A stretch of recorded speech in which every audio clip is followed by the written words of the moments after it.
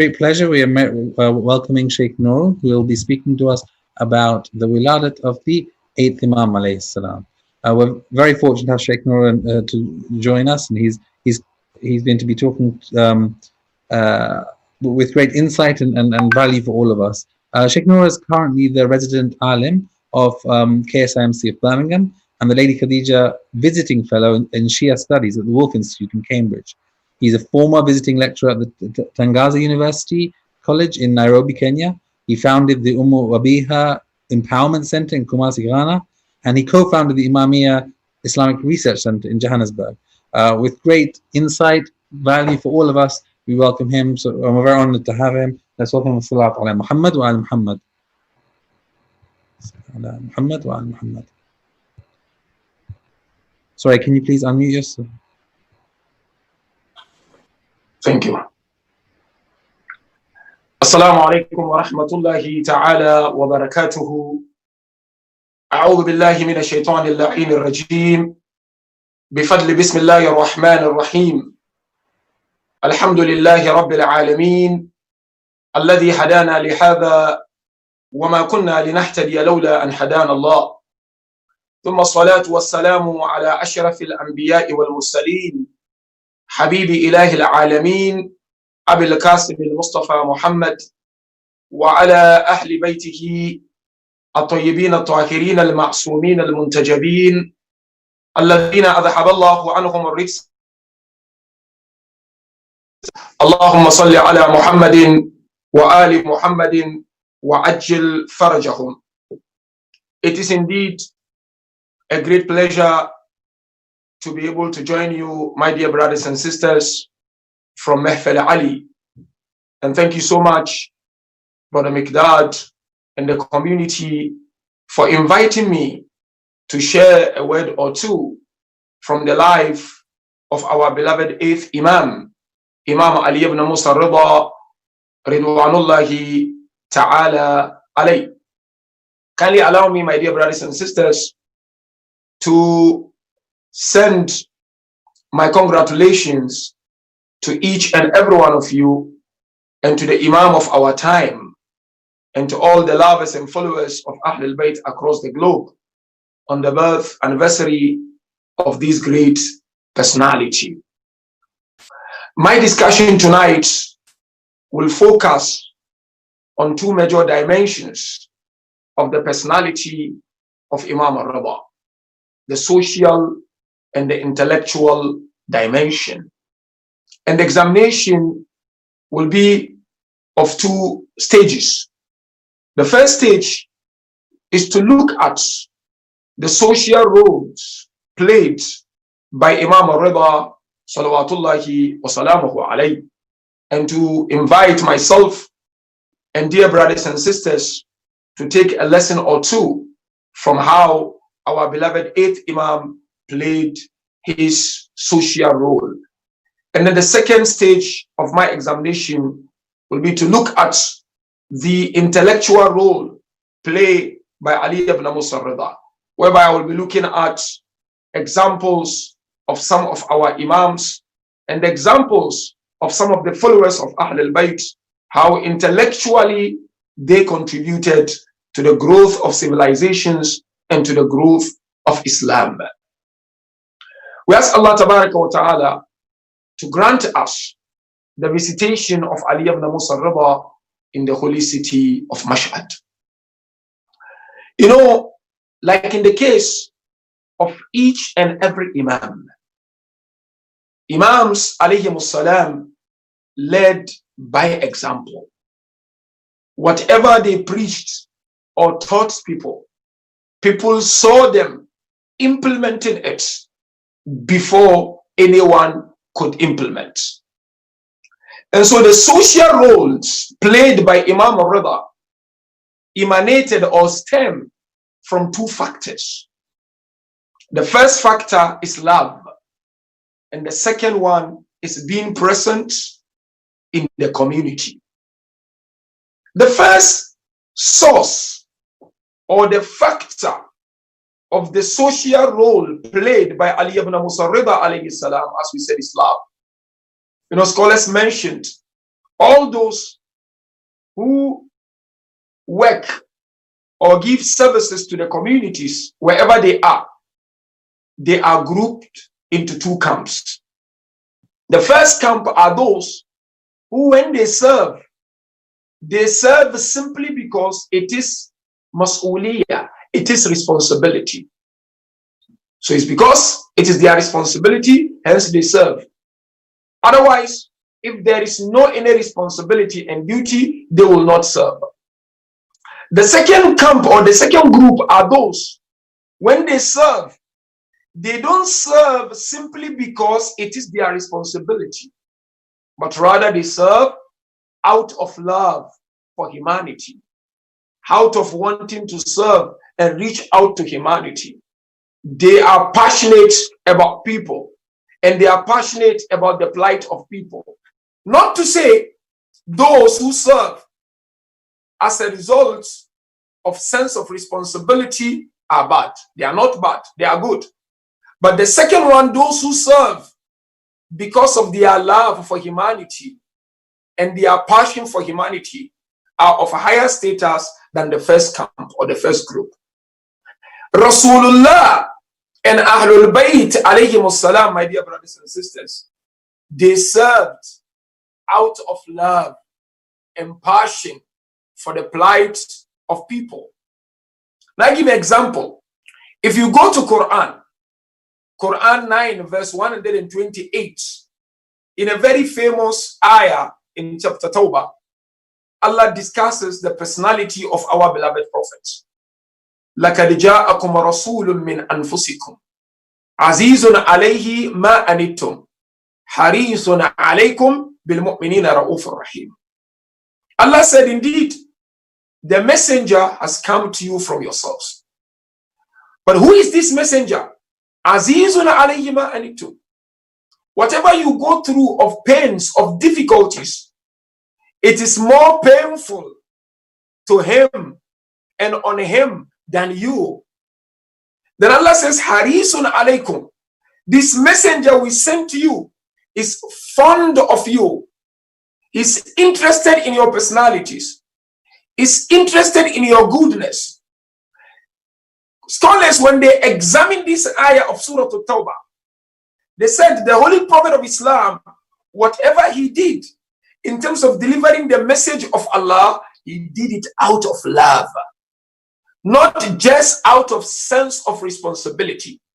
Because if it is out of just sense of responsibility, you will only deliver, you will not go beyond. You will not go out of your way to do more than what is expected of you. But if it is out of love, one will go beyond and do more than the hours he or she is expected to serve a community or a place or a people. Likewise, when you come to the life of Imam Ridha, alayhi salam, my dear brothers and sisters, Imam Ridha, alayhi salam, interacted with people and reached out to people out of love for humanity.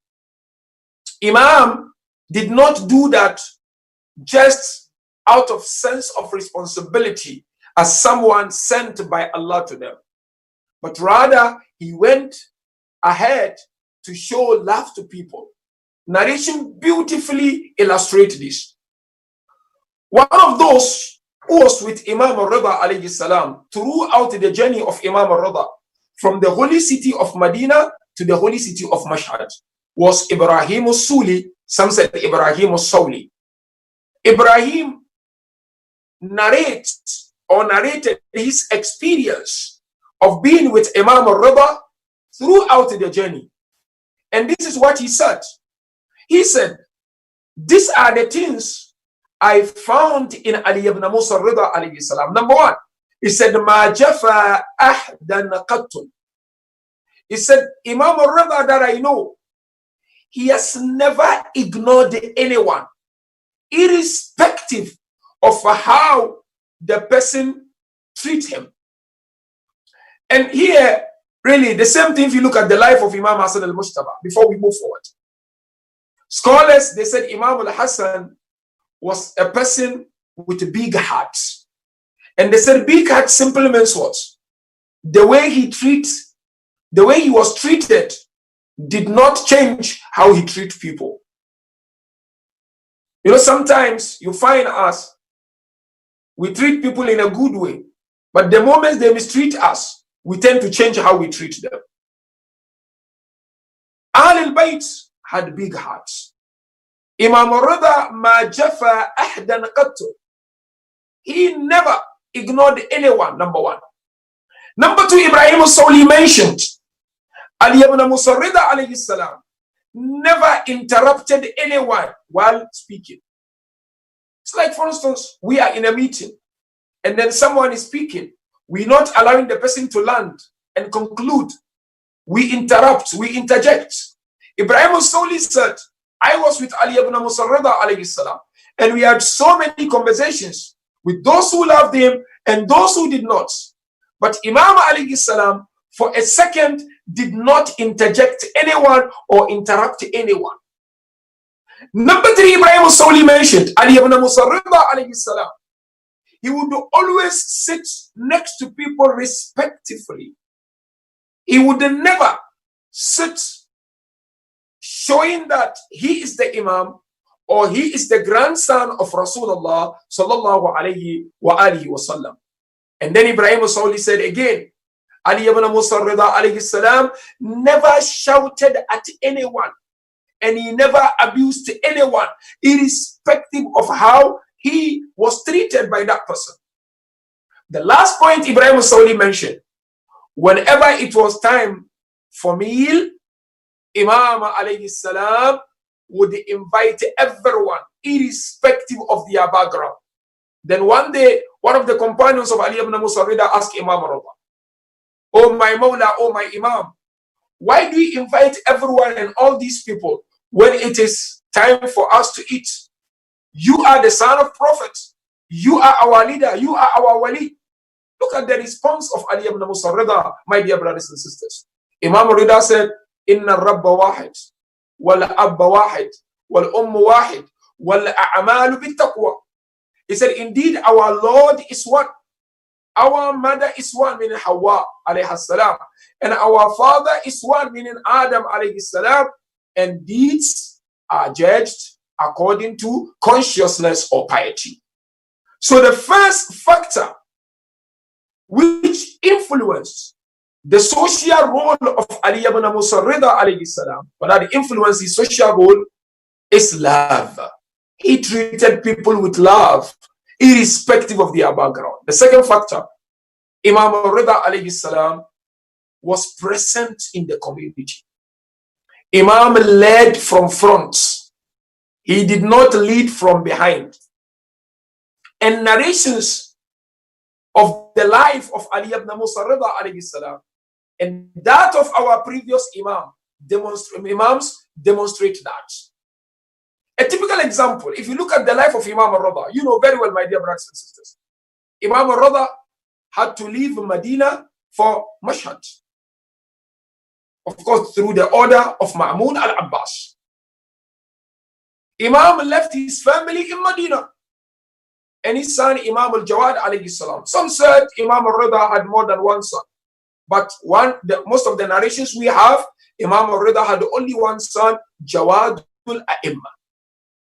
So news went to Imam al-Ridha why Imam al-Ridha was in Khorasan, Mashhad, that his muwali, his lovers, whenever they would come out with Imam al-Jawad going to the mosque, they do not allow Imam al-Jawad to enter the mosque through the main entrance. They would always make sure Imam al-Jawad enter from the back door. And their reason was that they did not want people to be rushing towards Imam al-Jawad alayhi salam. When this news got to Ali ibn Musa Ridha, Imam Ridha quickly wrote a letter and sent to his lovers and followers in Medina, telling them that, oh my people, make sure whenever you go to the mosque with Imam al-Jawad or Jawad al-A'imma, kindly let him enter the mosque through the main door and not from the back door. And make sure he has some money with him. Whoever comes to him asking for a help, make sure he helps. So from this tradition scholars mention, we realize that Ali ibn Musa Ridha alayhi salam, although he was in Mashhad, but he played his part as a leader. And this is what you find in the lives of other Imams, Imam Amir al-Mu'mineen, alayhi alaf al-tahiyyat wa. Although Imam Amir al-Mu'mineen was in Kufa, but he was mindful of all that was happening within Muslim counties and within regions that were under his control. And this is a lesson for all of us to learn, especially the leadership of our communities. Whatever the leadership might be, it might be small group of people that you are leading. We should always try and endeavor to lead in front. When you lead in front, people become inspired rather than one seat, one corner, and wait for people to do it. We have to lead by example, and that is the lesson of social ethics we learn from Imam Ridha salawatullahi wa salamuhu alayhi. That's number one. The second and the last stage of my examination is the intellectual roles or role play by Ali ibn Musa Ridha salamullahi alayhi. You know very well, brothers and sisters, there are people out there who, when they examine who are Shias, they often characterize Shias with two things. They said Shias are those who always isolate themselves. And they used to do that because they disagree with Abbasid, with Umayyad, and as a result of isolating themselves, they were unable to contribute meaningfully to the growth of Islamic civilization.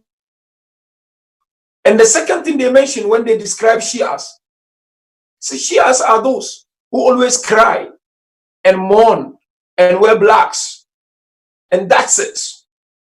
So what I seek to discuss in this second stage of my examination is to elaborate and look at some of the traces of contributions of Shias right from top to bottom. When I say from top to bottom, I'm talking of from Ahl al-Bayt alayhim as-salam and to their followers. And at the end, will encourage myself and encourage you all to continue playing our parts in the wider society.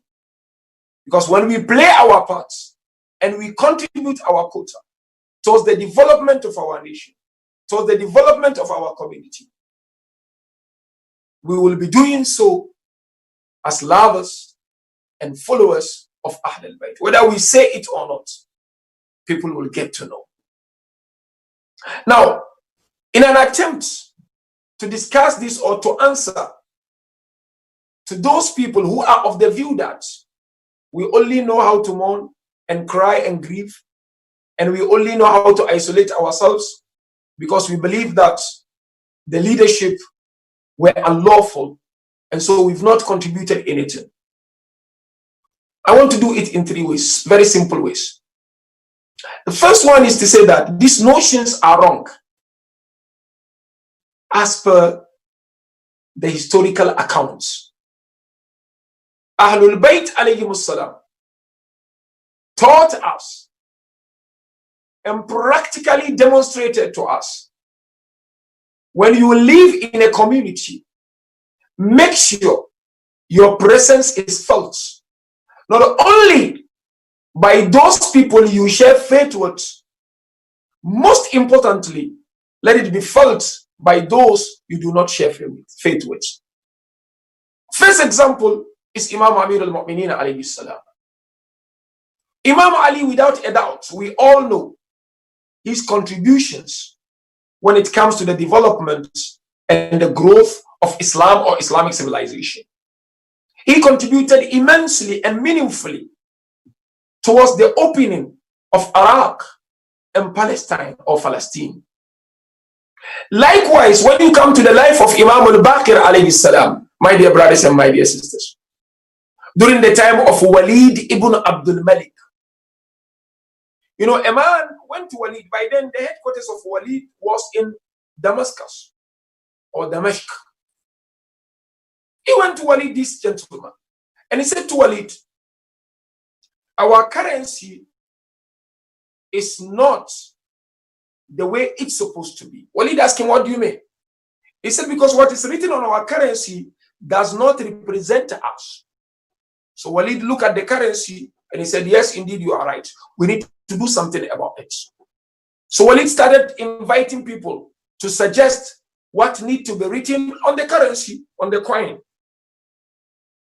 Until the message reached Imam al-Baqir alayhi salam. Imam al-Baqir went to Damascus as per the traditions. And he suggested to Walid ibn Abdul Malik that write on the one part La ilaha illallah, the other part Muhammad Rasulullah.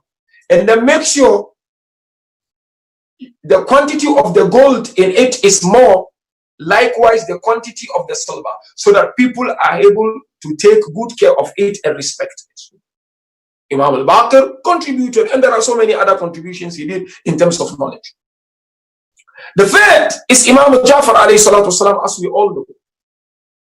Uqdatu Zaydi mentioned beautifully when he described and examined the seminary which was established by Imam Jafar Sadiq in the holy city of Medina.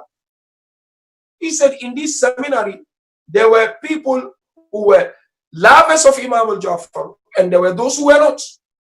Imam Jafar welcomed everyone, and he taught everyone without an iota of doubt. And one of the things really we hear about Imam Jafar's student is Jabir ibn Hayyan. I'm sure we heard it many times. Jabir ibn Hayyan, who some scholars refer to as the father of modern day chemistry. Jabir ibn Hayyan wrote some article, 50 articles. And in each and every article, he mentioned the name of Imam Jafar Sadiq, salawatullahi wa salamuhu. Now let's come to the life of Imam Ridha. Imam Ridha alayhi salam, my dear brothers and sisters, also contributed immensely when it comes to the growth of Islam or civilizations. You know very well the idea that Imam Ridha alayhi salam accepted the offer from Ma'mun al-Abbas to serve in the palace. There are two tafsir, or two interpretations or commentaries as to the reason why Imam Ridha accepted the offer from Ma'mun al-Abbas. The first tafsir is that Ma'mun al-Abbas gave Imam Ridha only two choices. It's either you accept my offer or you lose your life. And Imam Ridha looked at the two options and took the best out of all for the betterment of the society and the ummah. But the second reason is the most important reason, my dear brothers and sisters, as to why Imam Ridha accepted the offer of Mahmud al-Abbas to serve in his palace. Imam Ridha alayhi salam realized that during that time, the palace of Ma'mun was the center of debate. People from different Islamic sects, and some narration even mentioned from non-Islamic sects, will convene and meet or gather at the palace of Ma'mun to discuss religions and to discuss issues and to discuss matters. So Imam Ridha accepted the offer of Ma'mun al-Abbas simply because he found it as a golden opportunity to serve people properly.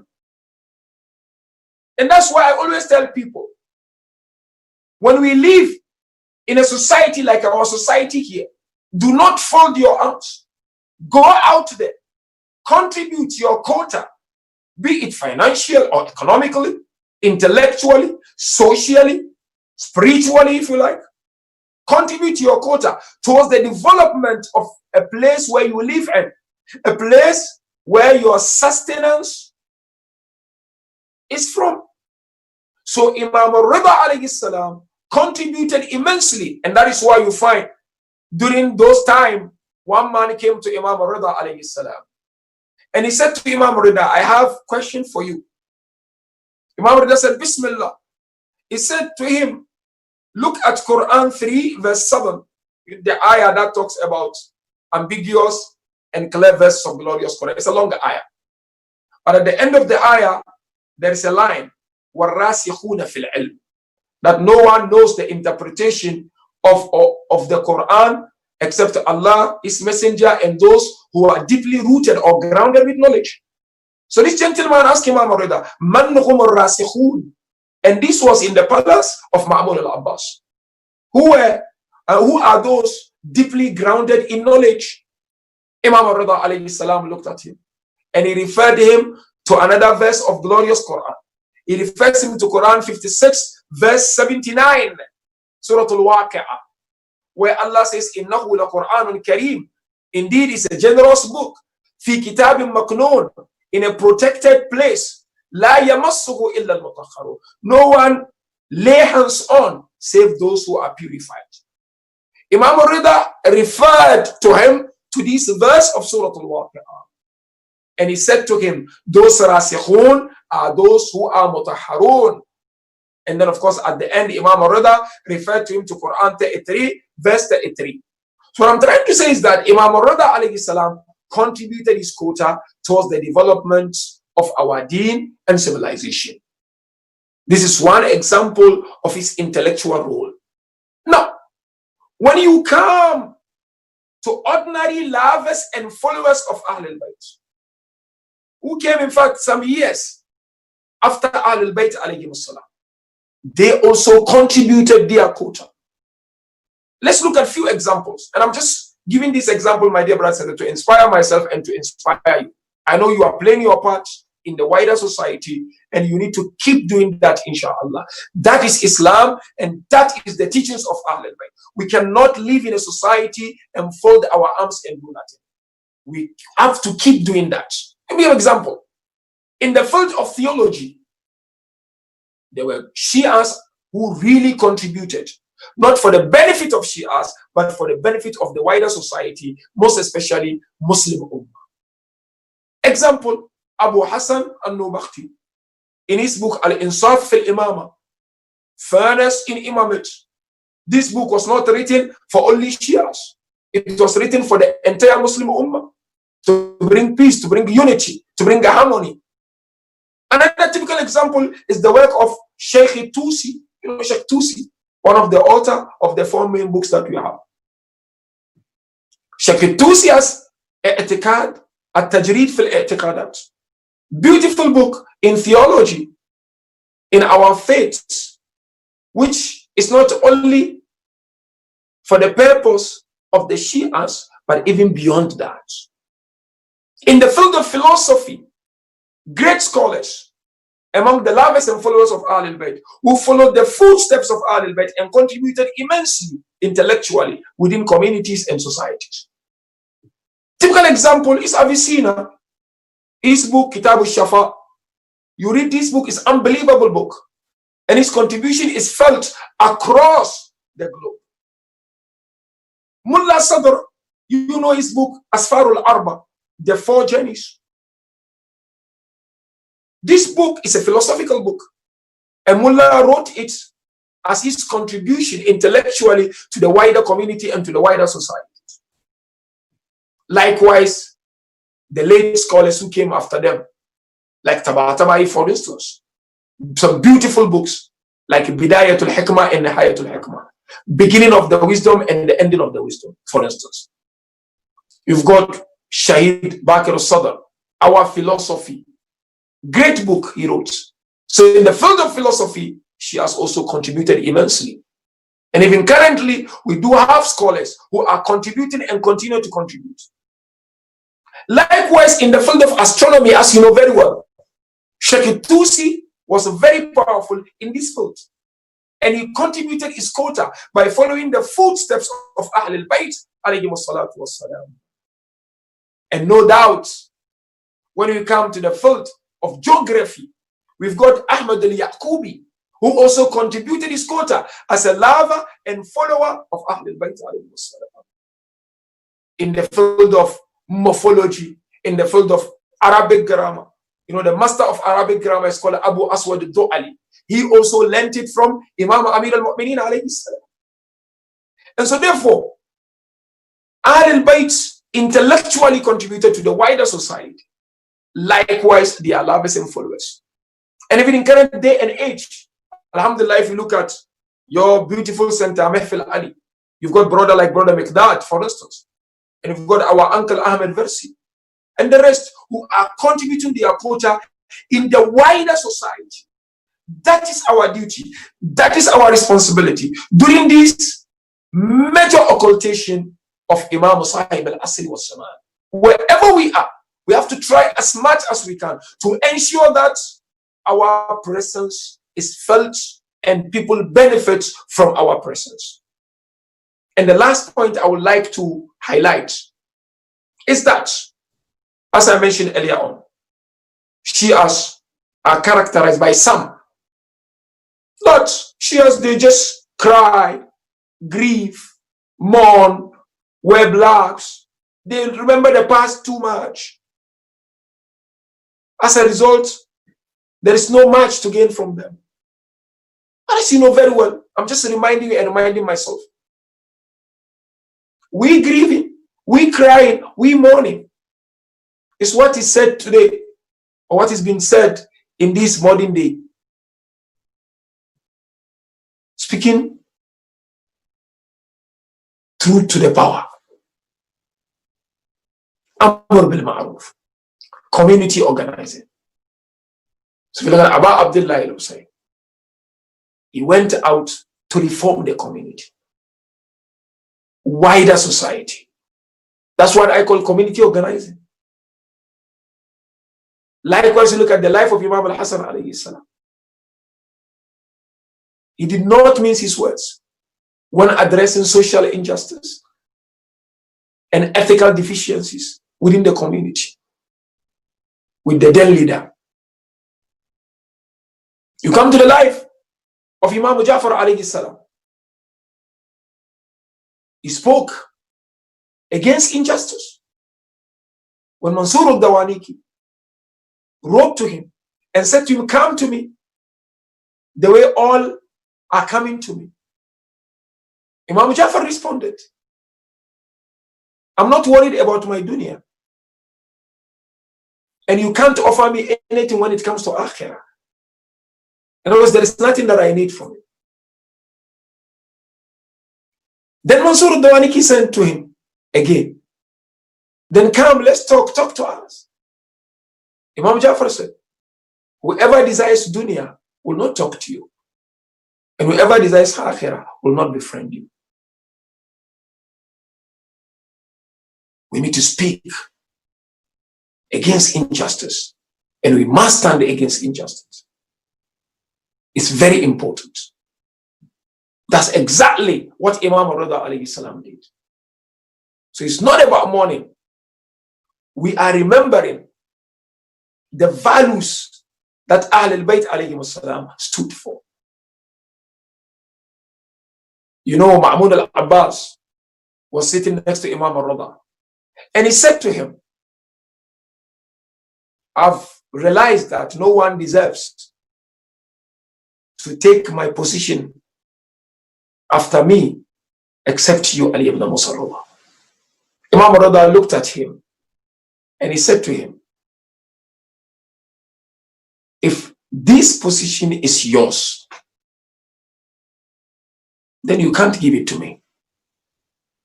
And if it is not yours, you can't give it to me.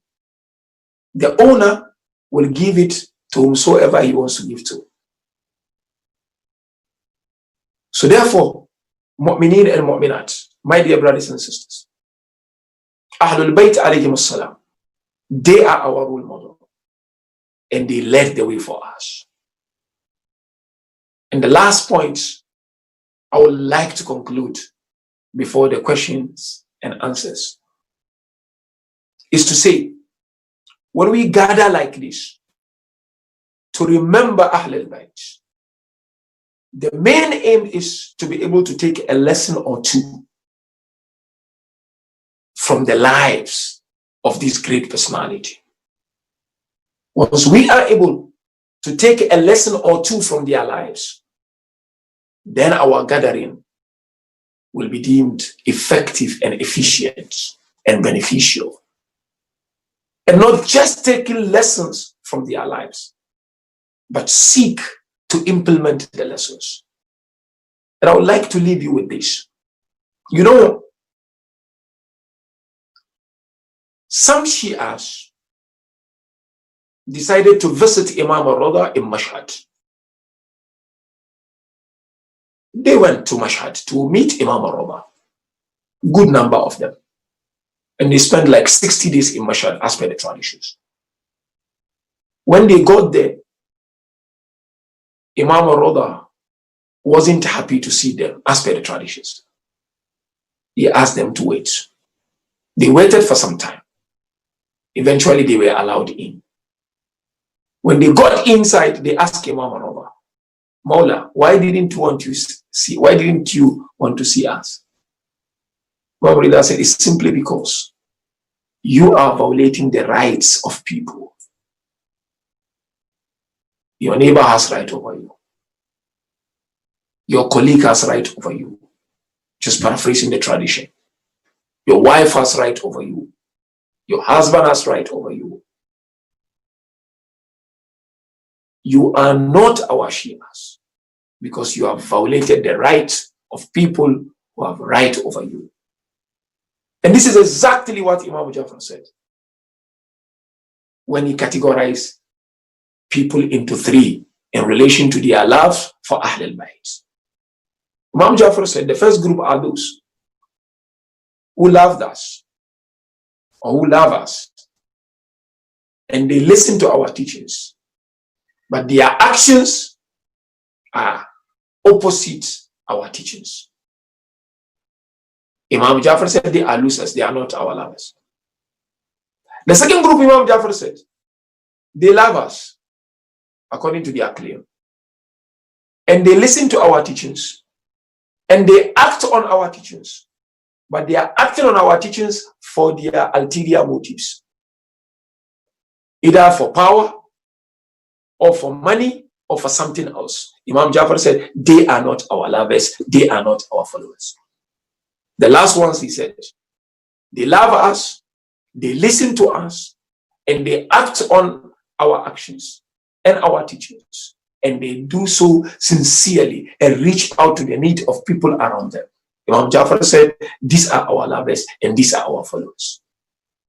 And Amir al-Mu'mineen alayhi salam one day said to one of his companions, that if you listen to us and then you go against our teachings, you are like the son of Nuh alayhi salam. Then Imam Ali quoted, Allah mentioned in Quran, innahu amalun ghayru salih. Indeed, the action of the son of Nuh is not a good one. And so therefore we ask Allah Tabaraka wa Ta'ala, my dear brothers and sisters, to inspire us with the true teachings of Ahl al-Bayt alayhim salam and make us worthy of being their true lovers and followers. And inspire us to go out there and make difference in the lives of people. And we ask Allah Azza wa Jalla, those who are not well, may He cure them with His cure, either from corona or from any other thing.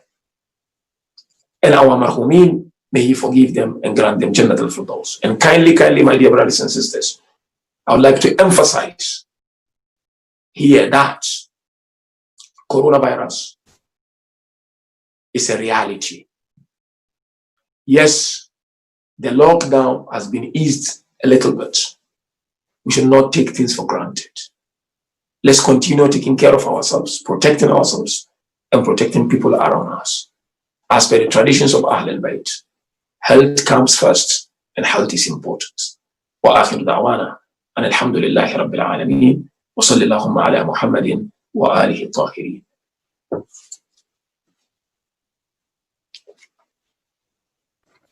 Allahumma salli ala Muhammad wa ala Muhammad. Thank you very much, Sheikh Nuru, for that very insightful and interesting talk. If anyone does have any questions, please, you can raise your hand on Zoom if you're on the Zoom chat, or ask the question within the chat. Feel free to ask also a question on YouTube channel directly, or just message me or on the WhatsApp group, which is all. I'll start the first question that has come through. It asks, how do you, following up from what you said, and you asked about the tradition that people have of making others cry, how do you encourage other tradition? Because you see this to the children as well.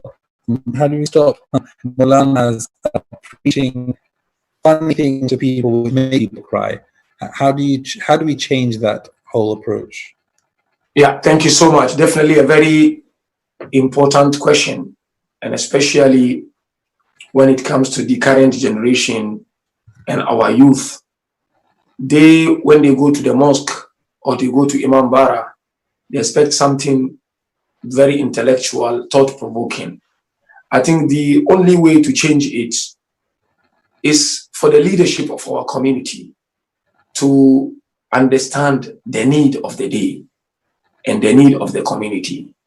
It's very, very important. You know, a good leader is someone who appreciates the needs of his people and try as much as he or she can to reach out to that needs. So our leadership have responsibility. Number two, of course, we as members of our communities is to put pressure on our leadership and write to them and suggest topics to them, especially when Muharram is coming or the holy month of Ramadan, of course, is over, inshallah, the next one, to suggest topics to be discussed, which I think will help.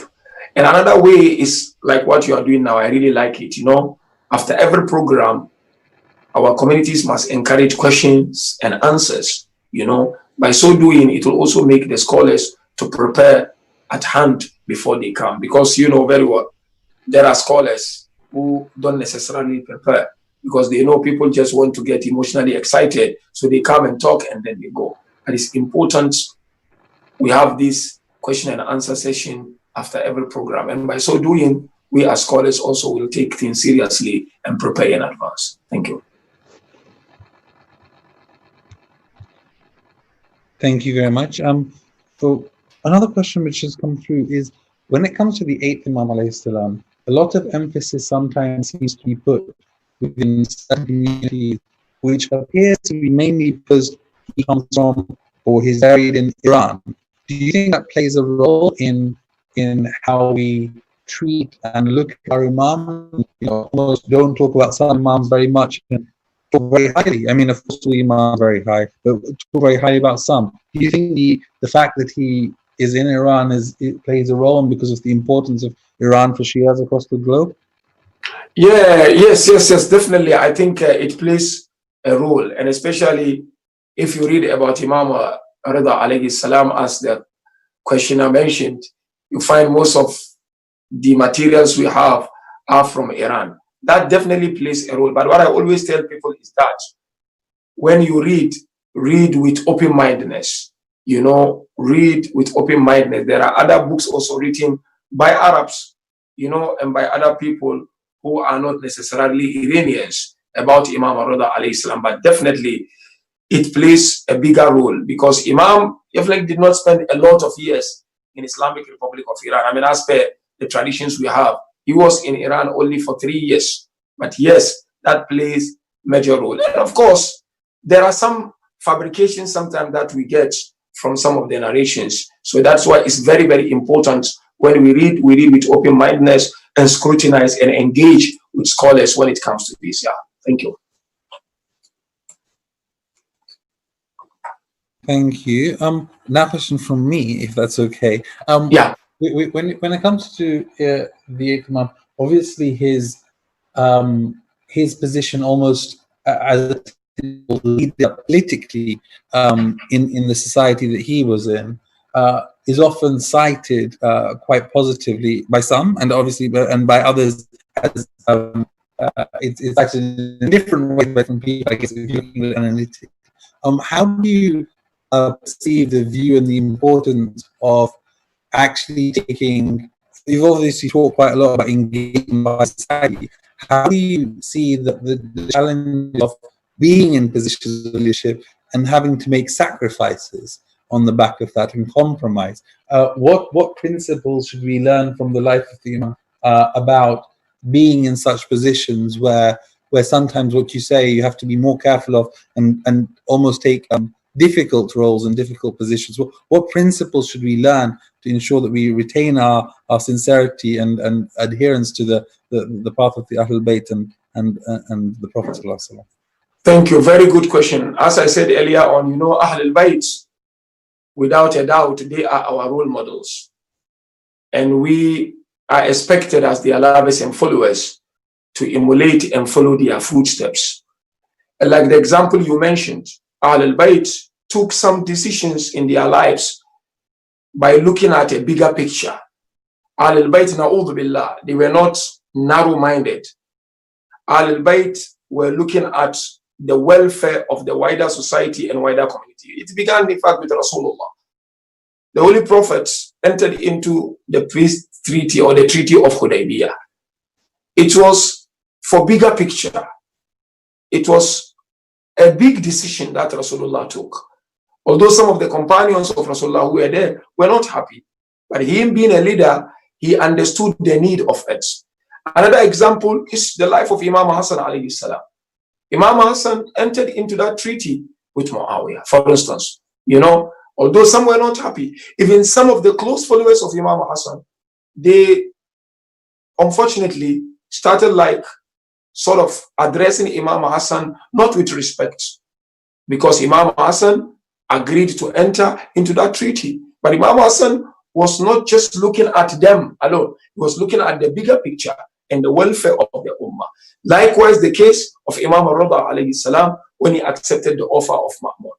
What is important, my dear brothers and sisters, if you are in a leadership position, especially where we live here, is to make sure that your intention is for nothing else but to serve the community and to serve the humanity. That's number one.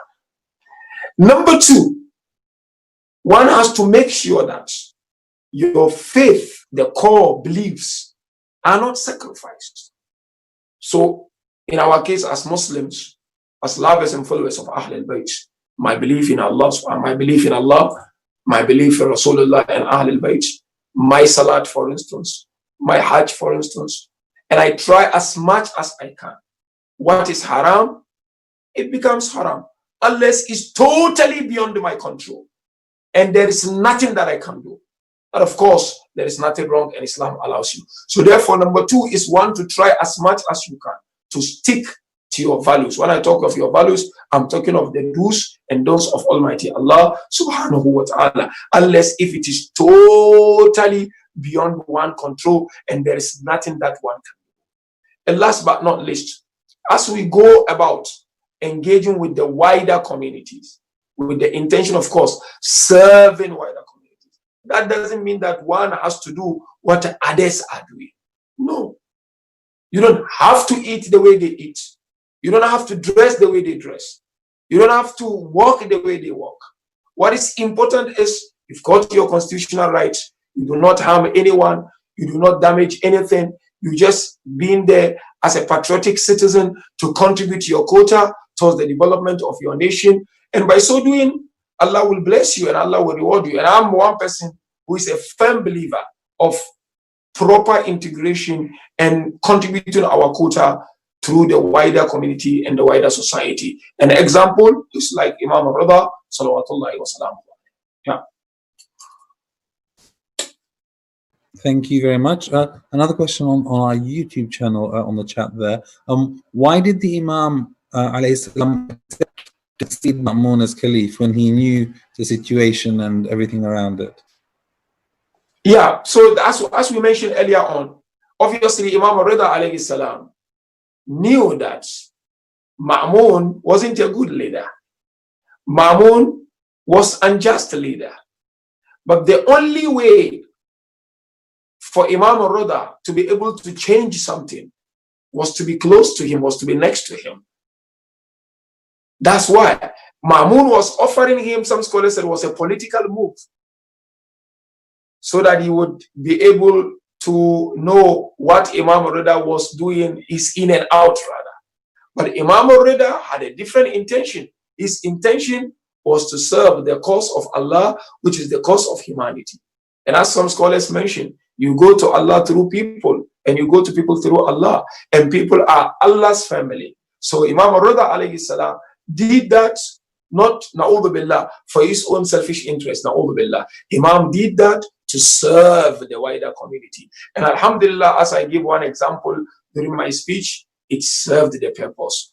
and it changed the thinking of people. And Imam through that managed to guide. If Imam did not go, who knows? Those people were not going to receive the proper and true guidance. And so therefore, it's very important sometimes you study the situation, you look at the situation. If it is beyond you, consult people you trust who have knowledge for advice. And by so doing, we will be doing the right thing, inshallah, in contributing our quota within the community and within the society. Thank you very much. We have run out of time, unfortunately, today. But thank you so much for having the chance for giving us the chance to listen to you, having the honor of having your presence, and inshallah, we hope to have you again soon inshallah. Thank you so much. Thank you. Thank you so much. God bless you. May Allah bless you too, inshallah. And just a few announcements for everyone. Tafsir classes with Sheikh Bahmanpour do resume remotely on Sunday, the 5th of July, this Sunday at 9 a.m. That's starting with the tafsir of the 3rd chapter of the Quran Al-Imran. Next week, we have a talk about occupied Kashmir, history, human rights violations, the future, by Muhammad Shafiq, who's an expert on the topic. The week after, we have Professor Clarence Smith, who will be talking about Islam and slavery. And the week after, we have Professor Raina Lewis. She'll be talking about modest fashion, commerce, community, or controversy. And that will obviously be followed the week after by Eid al-Adha, and we'll be giving more announcements about how that will work, if at all, in due course. So thank you very much for attending. Thank you very much for listening and for your questions. And there was Salat ala Muhammad wa ala Muhammad.